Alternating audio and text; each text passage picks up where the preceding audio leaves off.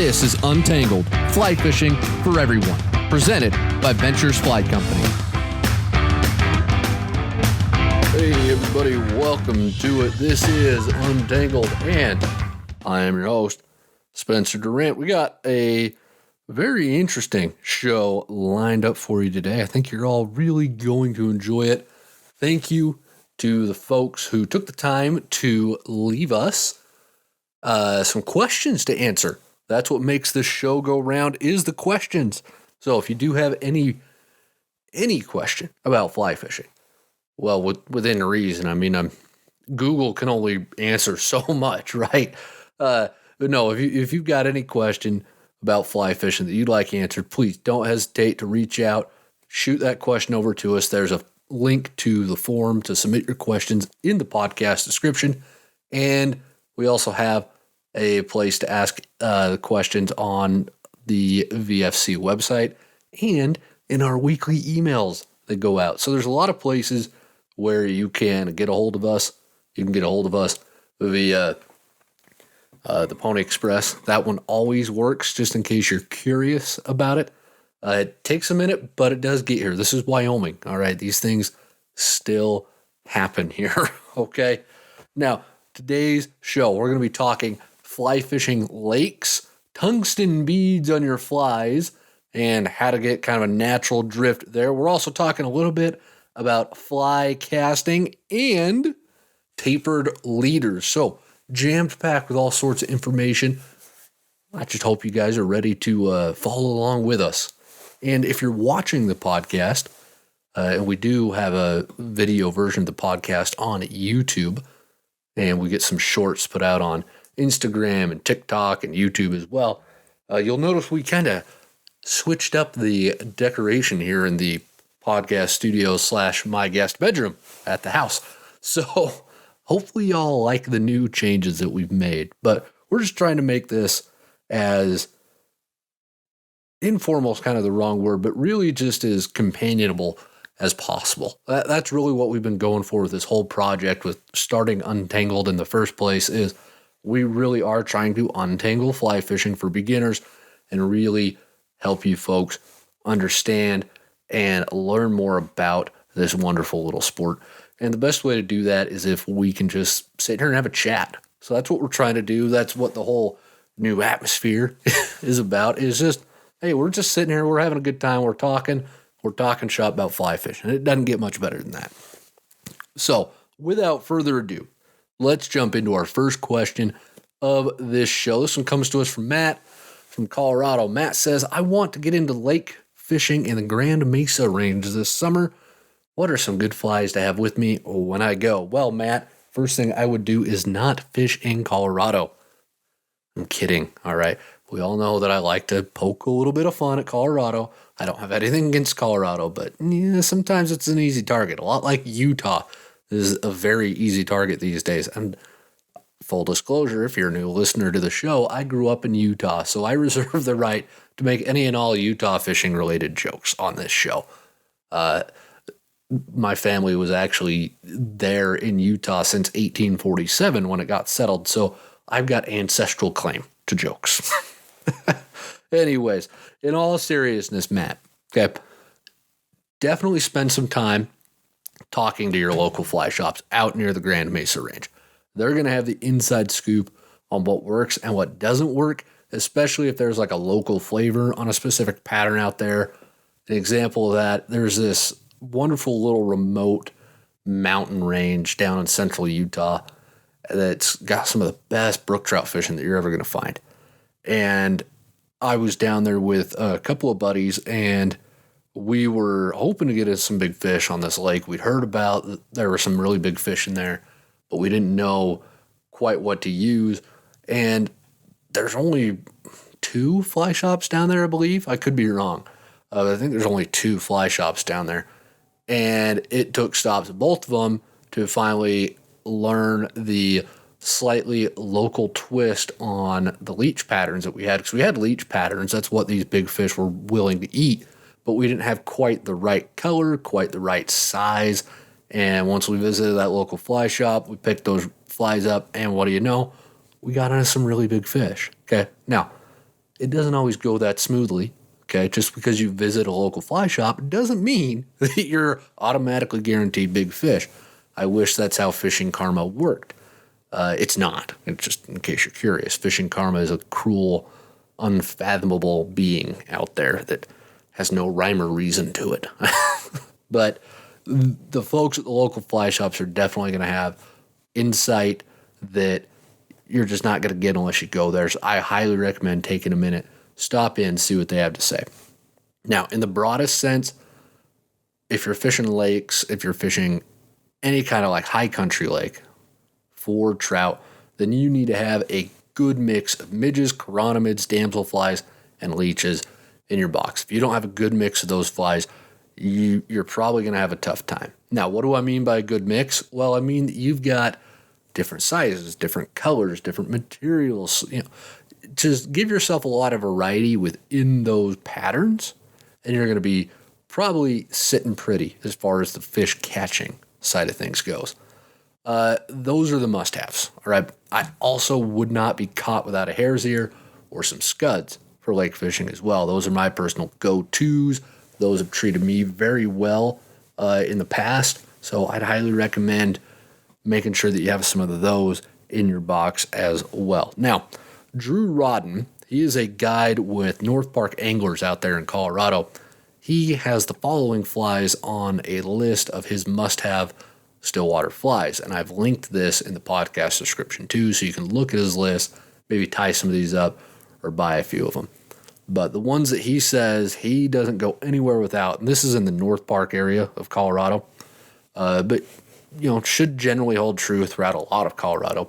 He always has a fighting crayfish, a mohair leech, a hare's ear nymph, rubber bugger, a living damsel nymph, a high-vis ant, parachute beetle, a rojo midge, and a crystal chironomid. Those are his ride or die flies right there. Those are the ones.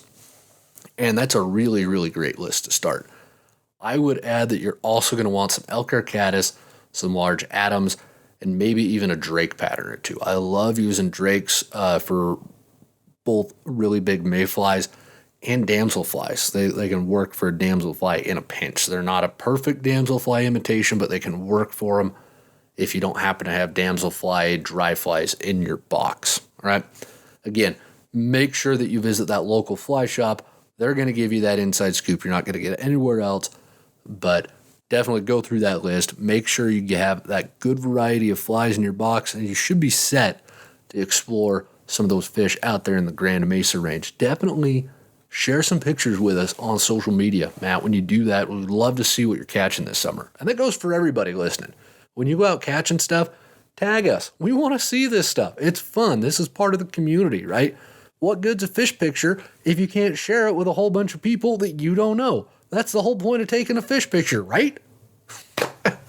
Oh, good question. Thanks for kicking the show off so well, Matt. So, next question. Gerald from Iowa. In your last podcast, you talked about split shot placement with respect to the fly to keep a natural drift. What about flies with tungsten beads? Are they unnatural for the drift? Gerald, great question. And this is our first question, I think. Please don't hold me to this, but I think it is our first one from the Midwest. So thanks for listening in. I know there's not a whole lot of trout fishing out there in Iowa. And actually, now that I say that, I remember we had some questions come to us from, I think it was Kansas too. So that's awesome that you guys are trout fishing out there, Gerald. I'd be really intrigued to hear about the trout fishing you do out in Iowa. I think that'd be really, really interesting. So definitely feel free to share some of that with us. Now, if you're referring to a few episodes back, we talked about split shot placement. And as far as using tungsten beads, to answer your question, no, they're not really unnatural for the drift. They are a lot heavier than like a brass bead or obviously an unweighted nymph, right? But what that does is that helps a fly drop a lot quicker. So the quicker a fly drops, the quicker then that fly gets into the strike zone. All right, that's just kind of like a catch-all term for that fly is getting down to wherever it is that you wanted that fly to drift. So Let's think for a minute that you're setting up a 2-nymph rig beneath an indicator. The way that I set that rig up, I want one fly to be bouncing right along the bottom. I want another fly to be, maybe 15, 20 inches above the bottom. I'm trying to cover the whole water column with that rig is what I'm doing. So with tungsten beads on those nymphs, those flies are going to drop down to those spots, drop down right to the bottom or 15 to 20 inches above the bottom, depending on how you have your rig, of course. But those flies are going to drop that much quicker. It gets them in front of the fish that much quicker. So that's the big draw to tungsten beads is since they're so much heavier, they sink quicker. It negates the need for split shot in a lot of instances. And as we've talked about before, putting split shot on your leader can cause a little bit of a hinge. It can cause you to not feel the takes, especially the really soft ones, as well as just a fly drifted without any extra weight above it. Now, the weight on the fly, that's really not going to cause an unnatural drift. When we think about how heavy a tungsten bead is, it's going to get that lifelike movement. The fly is as soon as it's suspended in your rig. The added weight, all that's doing, the added weight that we get from using tungsten, all that's really doing is just helping it sink quicker. And that's pretty imitative of real life bugs too. If you ever take a minute to sit there and watch bugs in the water, if you're in a place where the water's clear enough and there's enough bugs for you to be able to see that, what you're going to notice is there's quite a bit of bug movement up and down. They're really good at it and they can move very quickly in the water. It's kind of frightening, actually, how quickly they end up moving. But you want to be able to imitate that as closely as you can. So using the tungsten beads, it's not going to give you that unnatural drift at all. That's a really good question, though, and I really appreciate that you bring that up. I think that's something to think about regardless of what rig we're putting on. For everybody, we need to remember we've got to keep these drifts looking as natural as possible. That's our goal at the end of the day as fly anglers, right? We want to get that drift looking as good as it can be, because then that's what fools the fish into thinking, hey, look, that bug looks real. I'm going to go snack on it. And then boom, next thing you know, they got a new lip piercing. They're going home to mom, have to explain why they look like they've been out on the streets, why they're trying to be a little tough, or they break your fly off. They swim back with a little bit of extra hardware. They're bragging to their buddies. Hey, Lenny, look. Yeah, look what I got. It's another Rainbow Warrior. Yeah, the 5th one this week. Idiots. So, kidding aside, we want to get that good natural drift going on, right? So just a reminder for that. And another thank you for that question, Gerald. Good stuff to think about. Good stuff to keep in mind. Have you ever offered to teach somebody how to fly fish and they get super excited and you take them out on the water and it's just nonstop question after question after question all day long? You're just trying to fish. You just want to listen to the river and think about nothing while you catch a fish. But your buddy is just going on and on. What's a bobber? What's this fly? What's this do? I don't know. How do I cast? I think I'm tangled. Is this a fish? Hey, is it hard to catch big ones? Hey, you just dropped your net. If those questions are too much to handle, why don't you direct that new to fly fishing friend here to Untangled? We specialize in helping new anglers crush that learning curve and learn as much as they possibly can about this sport in a comfortable, community-oriented setting. All right, submit the questions. Send your buddies who need to learn more about fly fishing here. Have them submit their questions to us to help keep your days on the water that much more peaceful. Again, have your new fly angling friends send their questions here to Untangled so we can answer them. Help you have a nice, relaxing day out there on the water. So just a little bit of friendly advice before we get into the next bit of questions here. Don't neglect your health as an angler. Specifically, don't neglect your size, because it's really kind of embarrassing when you go to put your waders on and they don't fit because you got fat. I certainly wouldn't be speaking from personal experience at all. No, I was putting my waders on the other day and bending over to put my wading boots on was just a chore. And I put on a few pounds this winter.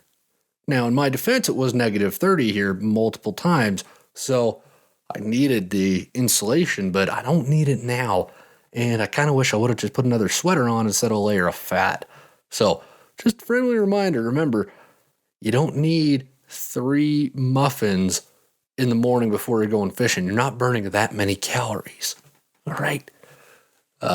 No, in all seriousness, it's not fun finding out you need new waders, especially when you go to get waders again and you look at how much they cost and you go, oh, shoot.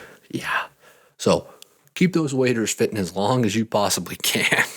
All right.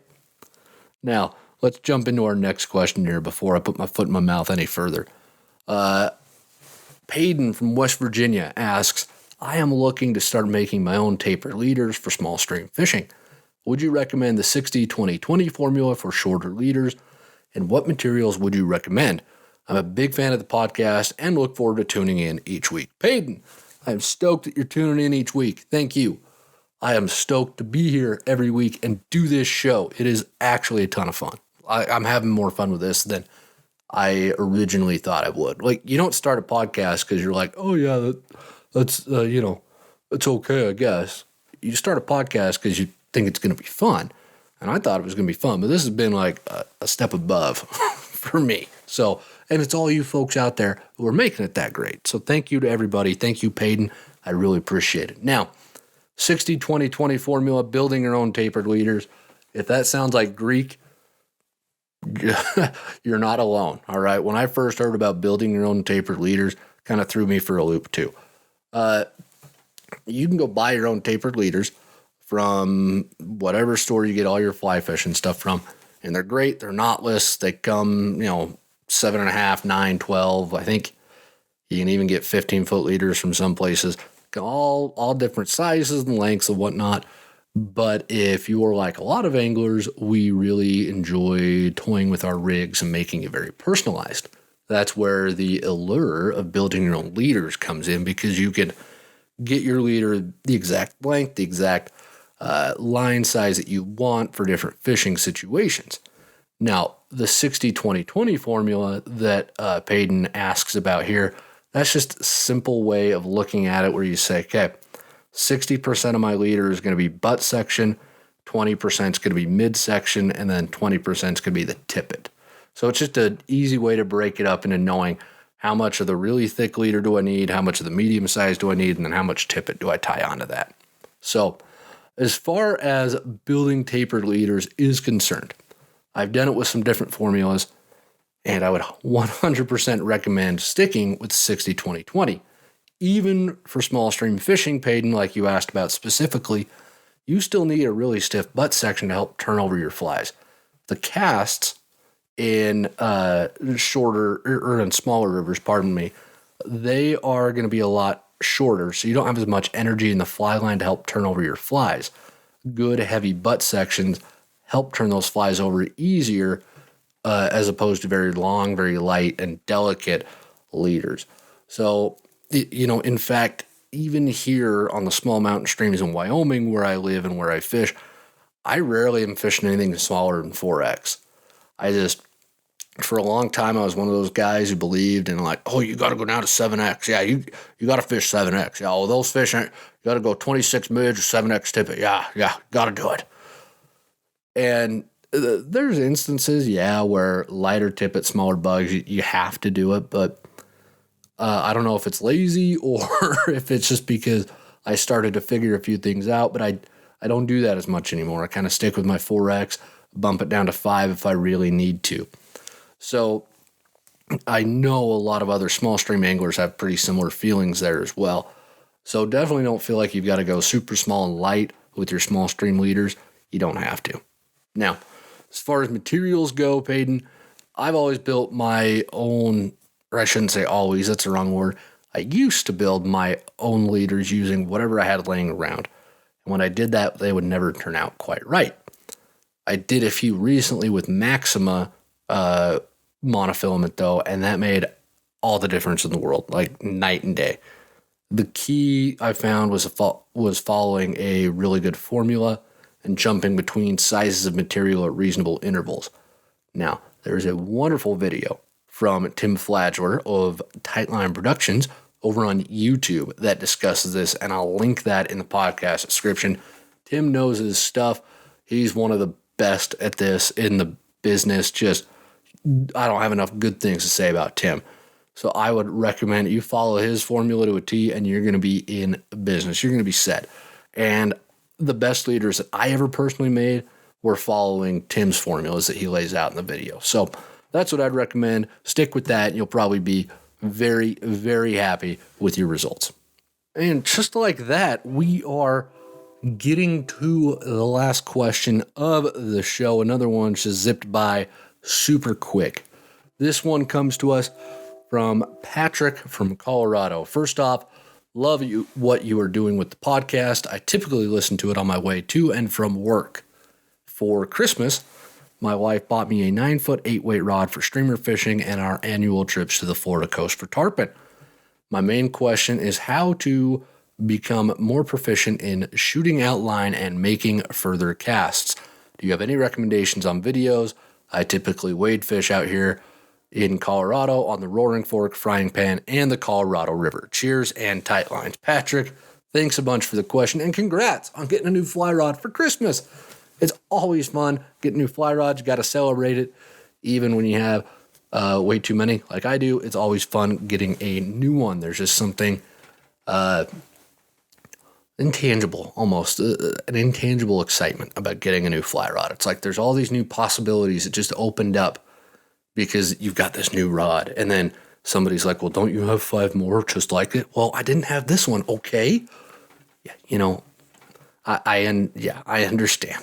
Now, I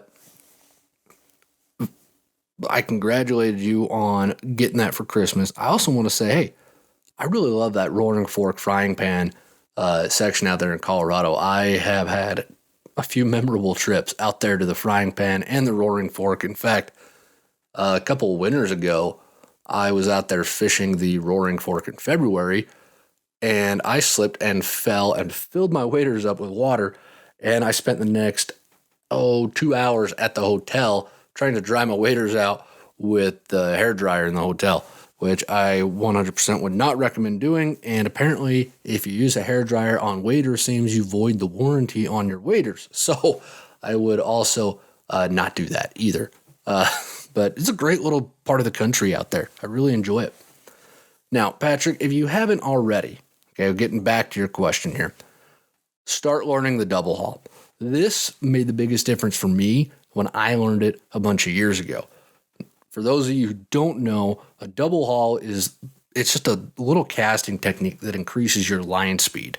And when your line speed increases, that ups the energy in your cast. So with that extra energy, you can use it to help fight the wind, you can tighten your loops up, you can turn over bigger, heavier flies, or you can shoot line a lot more effectively. Now, a haul is just a really fancy word that we use to describe pulling on the slack line that you have in your offhand as you move the fly rod back and forth in your other hand. You want to time your haul to coincide with your casting stroke. That's kind of hard to visualize, especially if you're just hearing it. That's why I would recommend you check out the video from Pete Kutzer over at Orvis. He is a fantastic fly casting instructor. He's one of my personal favorites. Just love all the things that he does. He presents it in a very easy to understand way, and he's got an entire video on the double haul. I've linked it in the podcast description. I would highly recommend watching that one to learn the double haul. It's going to really drastically improve how well you can shoot line, and it's not just for like streamer fishing or for chasing tarpon. I use the double haul all the time in my trout fishing. It makes the casting a little bit more efficient, and it kind of takes some of the strain off of your wrist as well. So I've found it to be very helpful, not just for shooting line or adding a little bit extra power. It's just good all around. Now, as far as adding distance goes, the key to adding distance is understanding a basic fly cast. So think for a second about how long your casting stroke is when you're throwing 25 feet of line.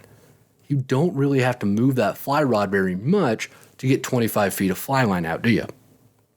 Now, think about how that changes when you cast to, let's say, 60 feet. Okay? Suddenly, your casting stroke ends up a little bit longer. You go further forward and further backward to extend the stroke and keep your fly line in the air. Not only do you have to make your casting stroke longer, but you also have to keep everything moving in a straight line. If you don't keep it straight, you're going to quickly end up with wind knots and tangled fly line. Now, if you're really new to fly fishing, the stroke, that just refers to how long you pause before moving the rod as you cast, right? So that pause should increase and your double haul should get longer as you add distance to your cast. So again, in close, your casts are going to be very short and very quick. You're not going to have a lot of pausing because you're moving that rod very quickly with short casts. But as you add distance, the pause in between your front cast and your back cast is going to increase and your haul is going to get longer too. So everything kind of increases exponentially as you add distance to it. The key to doing this successfully is in timing. It takes a ton of practice. And I'll be the first to admit, I'm not a very good distance caster because I'm not all that good with my fly cast timing. It's something that I have to kind of relearn every time that I need to throw, beyond like 60, 70 feet. I really need to throw a long cast, which that doesn't happen very often. All right. The need to add significant distance past like 60 or 70 feet, it's very rare to need to do that in trout fishing and in a lot of saltwater fishing too. A lot of saltwater guides say they'd rather you be deadly accurate at 40 to 50 feet instead of, and I might be getting those numbers wrong, but the consensus from a lot of saltwater guides I know is they'd rather have you be really accurate at traditional saltwater distances than be able to cast an entire fly line all at once. So it really comes down to accuracy is probably a little bit more important than distance, but when you're trying to add distance, you really do need to work on that timing. That is what's going to help you really get that fly line out there farther for those instances when you need it. Finally, I do want to end this with something that I always remind new clients of when I'm guiding them. So these are folks that are brand new to fly fishing. We're out, it's probably their first trip. I always tell them, let the rod do the work. Okay, these fly rods, they're designed to cast. So you don't need to throw out your shoulder. Okay, you're not serving in Wimbledon. Okay, you're casting a fly rod. So you don't need to throw your shoulder trying to get the fly line out there. Let the rod do its job and focus on the timing more so than really trying to work that fly rod. And the same thing goes when you're trying to add distance. Yes, you're going to need to move it with a little bit more authority, but again, you're not serving at Wimbledon. You don't need to just be out there and busting your shoulder up to get this distance. It's all about the timing. I'm going to link another Pete Kutzer video on adding distance in the description as well to help you figure that one out. And with that, show's going to come to a close. So thank you to everybody who took time to listen to the show, everybody that shared the show with their friends. We really do appreciate it. We're having a bunch of fun here at Ventures, just listening to what folks have to say about the show, reading your comments as they come in. And remember, if you've got questions about fly fishing that you'd like answered, please get in touch with us. There's a link to do that in the podcast description, and there's links all over our social media as well to go ahead and get in touch with us. And if it's not too much, please don't hesitate to like and subscribe to this show. I know everybody asks that, but it really does make a difference. So until next week, tie lines, everybody.